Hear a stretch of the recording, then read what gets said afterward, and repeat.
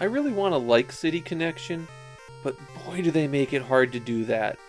Believe it or not, the title of this game is a pun.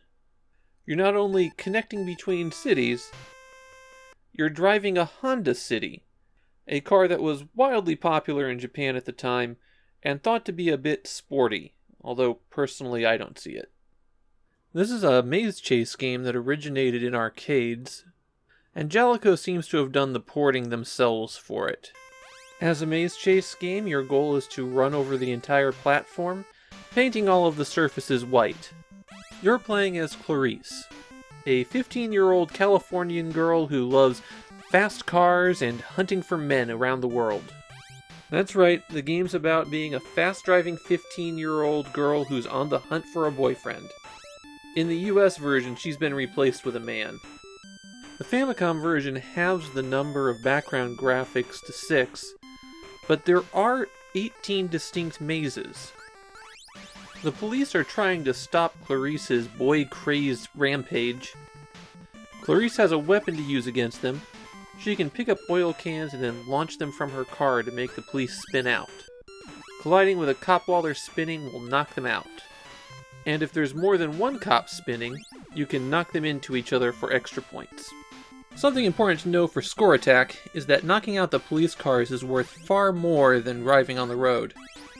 For knocking out one solo police car, you get 2,000 points. There's also this cat that appears on the track. Yeah, it's a cat, I know it looks like a baby. You can't shoot it, and any collision will knock you out. Finally, there are these spikes that appear if you drive on one level for too long. And let's talk about that driving, because that's where we're starting to get into troubles with City Connection. There's always 4 tiers to every level, and it can be extremely difficult to jump in between them. You have to press up and jump to go up between tiers, and you have to start your jump before your destination is on screen, otherwise you'll collide into it and fall back down to your current level. So basically you have to do blind jumps everywhere. It's pretty difficult to drive over the edges of platforms without falling off. Movement is kind of stuttery in City Connection, and that makes precise movement pretty hard to do. There is a trick you can do as you go off a ledge. If you start turning immediately after you go off, then you can steer yourself in the air. You can backtrack to land on the platform right below you, or you can just swivel there a bit to go down multiple levels. Keep an eye out for these red balloons that appear. Once you manage to collect 3 of them, you automatically advance 3 stages. The level skip drops you exactly where you were rather than having you start the stage fresh.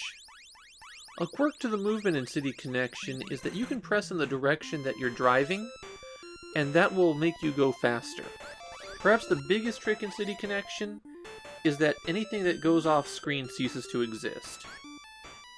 So you can swerve back and forth to make the police cars and the cat appear and vanish. The bottom floor of each level is always continuous, so generally speaking, it's better to do that part last. You can't jump while she's doing that wheelie.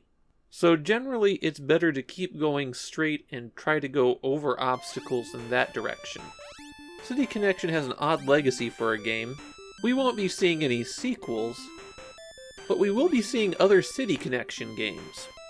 And that's because the company that holds the IP for all Jaleco games is City Connection. And the label that they release video game music on is Clarice Disc, named for the main character of this game. So City Connection is remembered, but it doesn't seem to be well liked over in Japan. I saw complaints about the choppy screen scrolling and the unresponsive controls. Basically what people would recognize after playing it for a few minutes. I really wish Jaleco had made a better port of this because there is an awful lot to like in City Connection. The graphics are pretty good for 1985, and there's a pretty big variety of them, like how the police cars change with every level. But this one is a rough one to play, and I often wound up feeling like I was getting hit by things outside of my control.